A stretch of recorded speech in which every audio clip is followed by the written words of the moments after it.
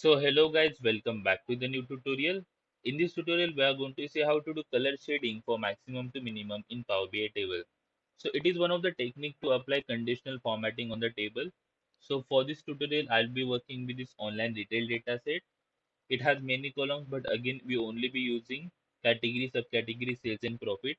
And in the report pane, I have already made one table with the columns, category, subcategory, profit and sales. Let's say we want to apply conditional formatting using color shading for maximum to minimum on the sales column. So let's see how we can do this.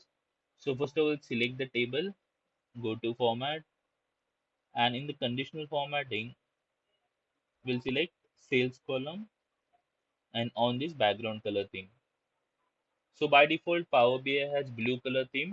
So maximum value will have darker shade of blue color and the minimum value will have lighter shade of blue color. So let's see how we can change this color.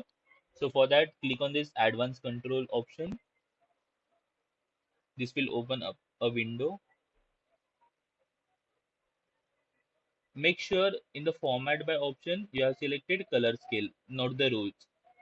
And for minimum, they have given light blue. So I will change it to, let's say, light red.